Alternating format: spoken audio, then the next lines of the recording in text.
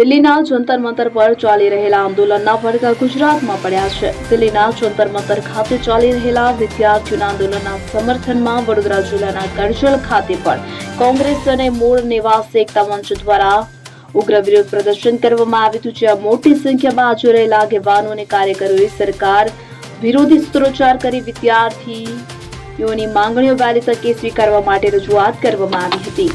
Bureau report CN24 news. હવે જુઓ દેશ દુનિયાની તમામ ખબરો તમારી આંગળીના ટેરવે. ઉઠાવો મોબાઈલ અને Google Play Store પરથી ડાઉનલોડ કરો અમારી CN24 ન્યૂઝ મોબાઈલ એપ.